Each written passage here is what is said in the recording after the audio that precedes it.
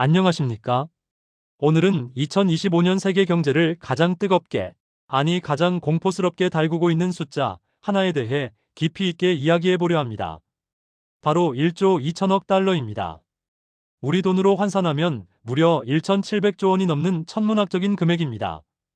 여러분은 이 돈의 크기가 상상이 가십니까? 이 숫자는 중국이 지난 한 해 동안 기록한 것으로 추정되는 무역 흑자 규모입니다. 1,700조 원이라는 돈은 대한민국 정부가 한 해 동안 쓰는 국가 예산을 2번 이상 쓰고도 남을 만큼 거대한 자금입니다. 전 세계 그 어떤 국가도 역사상 그 어떤 제국도 단 1년 만에 물건을 팔아 이토록 막대한 현금을 긁어모은 적은 없었습니다. 상식적으로 생각해보면 한 국가가 물건을 많이 팔아서 이렇게 막대한 이익을 남겼다면 그 나라는 지금 축제 분위기여야 합니다. 기업은 돈을 벌어 환호하고 공장은 24시간 활기차게 돌아가며 노동자들의 지갑은 두둑해져서 소비가 폭발해야 정상입니다. 샴페인을 터뜨리고 거리는 활력으로 넘쳐나야 합니다.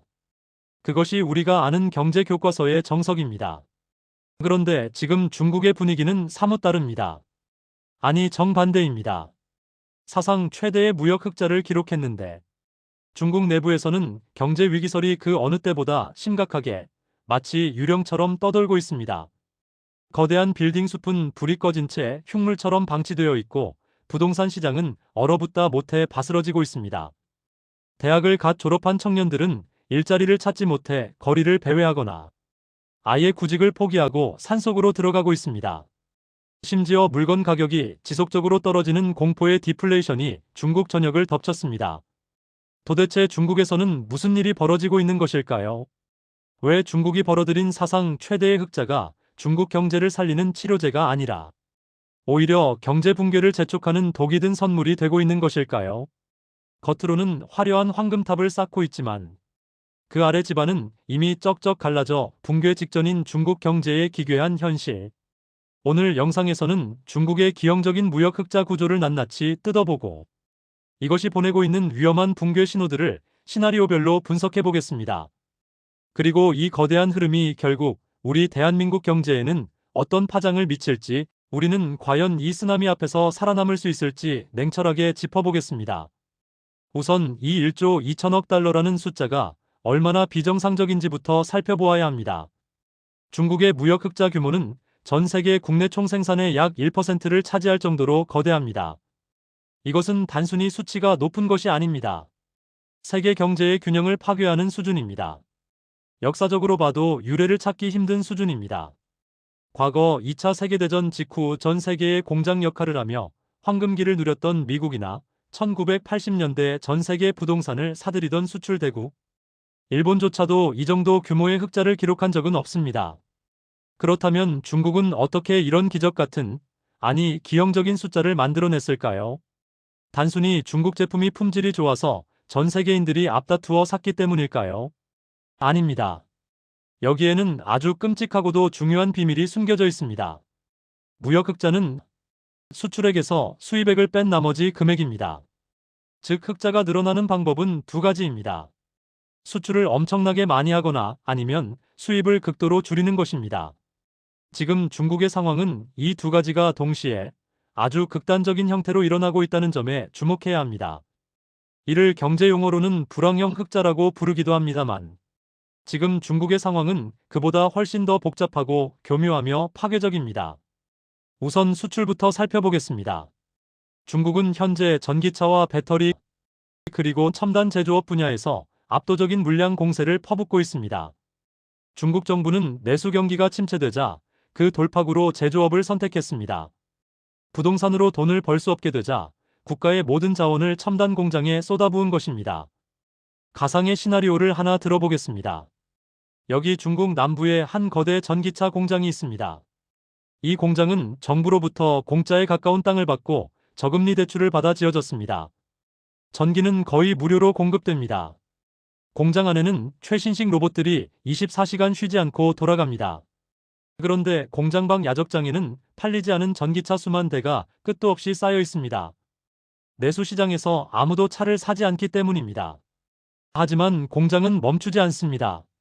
멈추는 순간 지방정부의 지원금이 끊기고 대출 상환 압박이 들어오기 때문입니다. 결국 이 공장장은 선택을 합니다.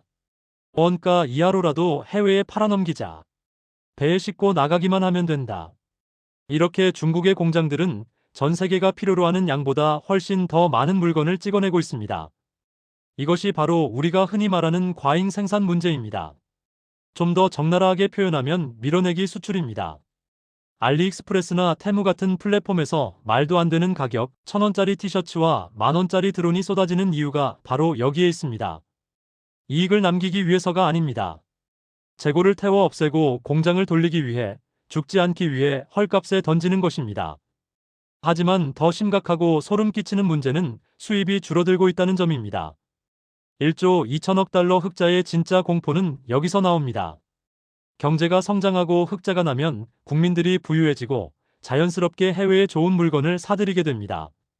맛있는 프랑스 와인을 마시고 한국의 화장품을 쓰고 일본으로 여행을 갑니다. 이것이 정상적인 무역의 순환입니다. 그런데 지금 중국인들은 지갑을 닫았습니다. 아니, 지갑을 꿰매버렸습니다. 우리는 여기서 잠시 2025년 중국의 한 중산층 가정의 모습을 상상해 볼 필요가 있습니다. 왕 씨는 2년 전만 해도 대기업에 다니며 남부럽지 않게 살았습니다. 그는 전 재산을 털고 대출을 받아 아파트를 2채 샀습니다. 집값이 영원히 오를 것이라 믿었기 때문입니다. 하지만 지금 그 아파트 값은 반토막이 났습니다. 그마저도 팔리지 않습니다. 건설사는 부도가 났고 짓다가 만 아파트는 흉가처럼 변했습니다. 왕 씨의 자산은 서류상으로만 존재할 뿐 사실상 증발했습니다. 설상가상으로 회사에서는 월급을 30% 삭감했습니다. 언제 해고당할지 모른다는 공포에 왕 씨는 외식을 끊었습니다. 새 옷을 사지 않습니다. 스마트폰도 바꾸지 않습니다. 오로지 쌀과 기본적인 생필품만 삽니다. 해외 수입품은 꿈도 꾸지 못합니다. 이런 왕 씨가 중국의 수억 명입니다. 부동산 버블이 터지면서 자산 가치가 폭락했고 미래에 대한 불안감 때문에 사람들은 돈을 쓰지 않고 무조건 저축만 하고 있습니다. 기업들 역시 투자를 꺼리고 설비를 줄입니다. 결국 중국은 해외의 물건은 엄청나게 팔아대면서 정작 해외의 물건은 사주지 않는 아주 이기적인 그리고 지속 불가능한 무역 구조를 갖게 된 것입니다. 이것은 전 세계 경제의 혈관을 막아버리는 행위입니다.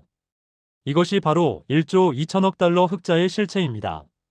중국 국민들의 소비 여력이 완전히 무너졌다는 명백한 증거이자 중국 내수 경제가 병들다 못해 괴사하고 있다는 가장 확실한 신호인 것입니다. 그렇다면 이렇게 벌어들인 1,700조 원은 다 어디로 갔을까요?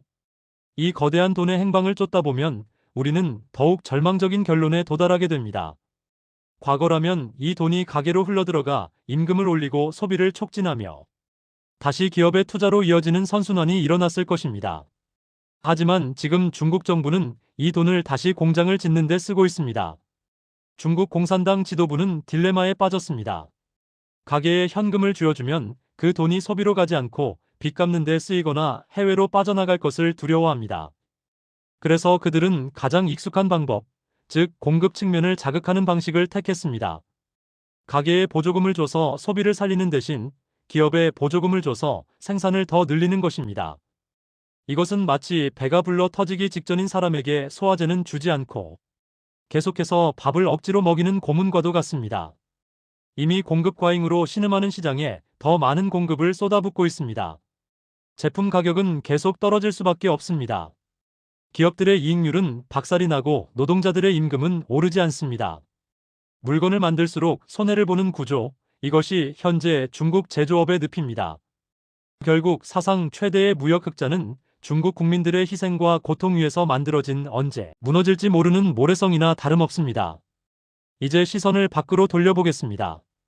중국의 이런 폭주 기관차 같은 행보를 전 세계는 어떻게 바라보고 있을까요? 결론부터 말씀드리면 전 세계는 지금 분노를 넘어 생존을 위협받는 공포를 느끼고 있습니다.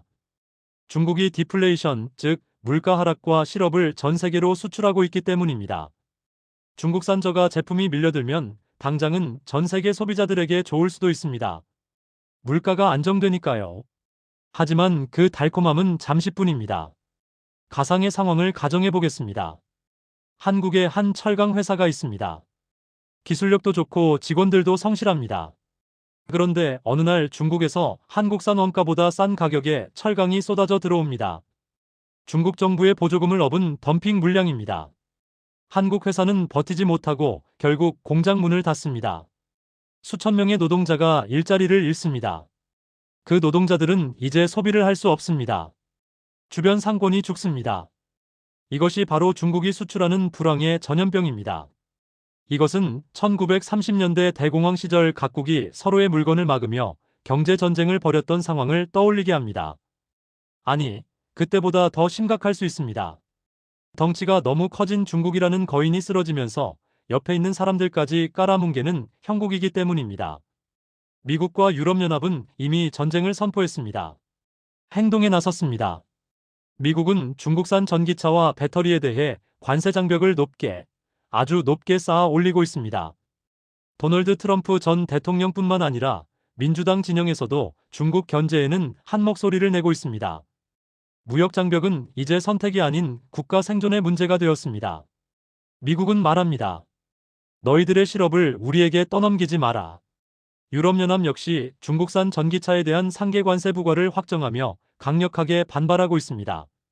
그동안 자유무역의 수호자를 자처하며 중국과의 거래를 중시하던 유럽마저 빗장을 걸어 잠그는 것은 그만큼 상황이 심각하다는 방증입니다. 유럽의 자동차 산업이 무너지면 유럽 경제 전체가 흔들리기 때문입니다. 더욱 놀라운 것은 선진국뿐만 아니라 개발도상국들조차 중국에 등을 돌리고 있다는 사실입니다. 이것이 과거와 다른 점입니다. 브라질, 멕시코, 튀르키예, 인도네시아, 칠레 같은 나라들도 중국산 철강과 화학 제품에 대해 반덤핑 조사를 시작하거나 관세를 기습적으로 인상하고 있습니다. 이들 국가는 과거 중국과 우호적인 관계를 맺으며 1대1로 사업에도 참여했던 나라들입니다. 하지만 친구인 줄 알았던 중국이 자국의 산업 기반을 붕괴시키는 포식자로 돌변하자 결국 중국 손절에 나선 것입니다. 이것은 중국에게 치명적인 위기입니다. 사면초가입니다. 중국이 내수 부진을 타개하기 위해 선택한 수출 드라이브 전략이 오히려 전 세계적인 보호무역주의를 불러와 중국의 숨통을 조이는 부메랑으로 돌아오고 있는 형국입니다. 1조 2천억 달러라는 숫자는 중국의 힘을 보여주는 것이 아니라 중국이 전 세계적으로 고립되고 있음을 보여주는 붉은색 경고등입니다. 우리는 여기서 2010년대 중반 중국의 모습을 기억해야 합니다. 당시 중국은 시진핑 주석의 주도하에 중국 제조 2025를 외치며 첨단 산업 육성에 나섰습니다. 그때만 해도 세계는 중국이 거대한 소비 시장이 되어줄 것이라는 기대감을 가지고 있었습니다. 중국인들이 돈을 벌어 우리 물건을 사줄 것이라 믿었습니다. 하지만 10년이 지난 지금 2025년에 중국은 소비 시장이 되기는커녕 전 세계의 모든 산업을 블랙홀처럼 빨아들여 독식하려는 괴물이 되어버렸습니다. 중국의 이러한 전략은 필연적으로 거대한 벽, 즉 붕괴라는 한계에 부딪힐 수밖에 없습니다. 저는 감히 시나리오를 그려봅니다. 중국 경제가 겪게 될 세 가지의 충격적인 미래를 말입니다. 첫째는 앞서 말씀드린 지정학적 갈등에 의한 공급망 질식입니다. 미국과 유럽이 시장을 닫으면 중국의 과잉 생산 물량은 갈 곳을 잃게 됩니다. 바다 위에는 중국산 제품을 실은 컨테이너선이 입항하지 못하고 둥둥 떠다니는 상황이 연출될 수 있습니다. 창고에 쌓인 재고는 썩어 문드러지고 결국 기업들의 연쇄 부도로 이어질 것입니다. 이것은 금융권 부실로 직행합니다. 둘째는 중국 내부의 인구 구조 문제입니다. 이것은 천천히 다가오지만 피할 수 없는 재앙입니다. 중국은 이미 저출산 고령화 사회로 진입했습니다. 일할 사람은 줄어드는데 은퇴자는 기하급수적으로 늘어납니다. 2024년부터 중국의 인구 감소는 가속화되었습니다. 아이 울음소리가 들리지 않는 나라에서 내수를 살린다는 것은 불가능에 가깝습니다. 이런 상황에서 수출에만 의존하는 모델은 시한부 선고나 다름없습니다. 셋째는 부채 문제입니다. 이것이 가장 폭발력이 큰 뇌관입니다. 중국의 지방정부와 국영기업들은 이미 빚더미 위에 앉아 있습니다. 그동안 부동산 개발로 땅을 팔아 빚을 갚고 경제를 지탱해왔습니다. 하지만 부동산이 무너지면서 지방정부의 금고는 텅 비었습니다. 공무원 월급이 밀리고 있다는 소식이 들려옵니다. 여기에 무리한 설비 투자로 인한 기업 부채까지 터진다면 상상해 보십시오. 어느 날 아침 중국의 대형 부동산 개발 업체가 파산을 선언합니다. 그 여파로 지방은행들이 예금을 지급하지 못하게 됩니다. 공포에 질린 인민들이 은행으로 달려가 현금을 인출하려 하지만 셔터는 내려가 있습니다. 이것이 뱅크런입니다. 이 공포가 중국 전역으로 퍼지는 데는 일주일도 걸리지 않을 것입니다. 2008년 미국발 금융위기보다 1997년 아시아 외환위기보다 훨씬 더 큰 충격파가 전 세계를 강타할 수도 있습니다. 그렇다면 이 일촉즉발의 상황이 우리 대한민국에는 어떤 의미가 있을까요? 우리에게는 기회이자 동시에 끔찍한 위기입니다. 중국의 과잉 생산은 우리 주력 산업인 반도체, 석유화학, 철강, 디스플레이 등 거의 모든 분야에서 직접적인 위협이 되고 있습니다. 실제로 우리 석유화학 기업들은 중국발 저가 공세에 밀려 공장 가동을 멈추고 있습니다. 중국산 저가 제품이 시장을 장악하면 우리 기업들의 설 자리는 좁아질 수밖에 없습니다. 특히 중국이 범용 반도체 시장, 즉 레거시 반도체까지 저가로 공략하기 시작한 것은 우리 반도체 산업에 큰 경각심을 주고 있습니다. 메모리 반도체 최강국이라는 우리의 지위도 안심할 수 없습니다. 하지만 반대로 생각하면 세계 각국이 중국을 견제하면서 공급망을 재편하는 과정에서 우리가 반사 이익을 얻을 수 있는 기회도 있습니다. 미국과 유럽은 중국을 대체할 수 있는 신뢰할 수 있는 파트너를 찾고 있습니다. 그 대안이 바로 한국이 될 수 있습니다. 중국산 배터리를 쓰지 않으려는 기업들이 한국 배터리를 찾고 중국산 장비를 꺼리는 곳들이 한국 기계를 찾을 수 있습니다. 결국 중요한 것은 기술 격차입니다. 가격으로는 중국을 이길 수 없습니다. 인건비 싸움은 끝났습니다. 중국이 아무리 돈을 쏟아부어도 따라올 수 없는 초격차 기술을 확보하고 대체 불가능한 고부가가치 제품으로 승부하는 것만이 우리가 살 길입니다. 이것은 선택이 아니라 생존을 위한 유일한 동아줄입니다. 이야기를 정리해 보겠습니다. 2025년 중국이 기록한 1조 2천억 달러의 무역 흑자. 언뜻 보면 중국 경제의 위대한 승리처럼 보입니다. 뉴스는 화려한 숫자를 떠들어댑니다. 하지만 그 껍질을 벗겨보면 안으로는 내수 침체와 부동산 붕괴에 신음하며 죽어가는 병든 경제가 있고 밖으로는 전 세계를 적으로 돌리는 고립된 외교가 있습니다. 이 1조 2천억 달러라는 숫자는 중국 경제가 얼마나 불균형하게 성장하고 있는지를 보여주는 가장 극단적인 지표이자 몰락의 전조현상일 수 있습니다.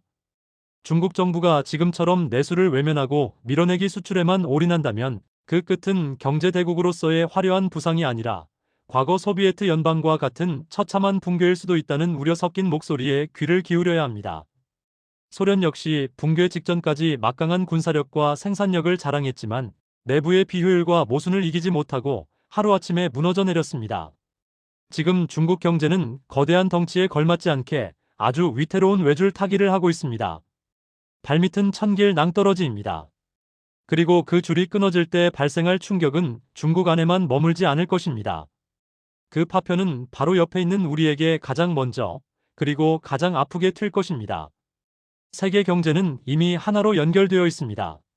중국발 디플레이션 공포와 보호무역주의의 확산은 대외 의존도가 높은 우리 경제에도 거친 파도를, 아니 거대한 쓰나미를 예고하고 있습니다. 1조 2천억 달러라는 화려한 숫자 뒤에 숨겨진 이 서늘하고도 공포스러운 경고를 우리는 결코 가볍게 넘겨서는 안 될 것입니다. 폭풍우가 몰려오고 있습니다. 창문을 닫고 지붕을 고칠 시간은 바로 지금입니다. 오늘의 심층 분석은 여기까지입니다. 이 거대한 흐름 속에서 우리는, 그리고 여러분의 자산은 무엇을 준비해야 할지 깊이 고민해보는 시간이 되었기를 바랍니다. 감사합니다.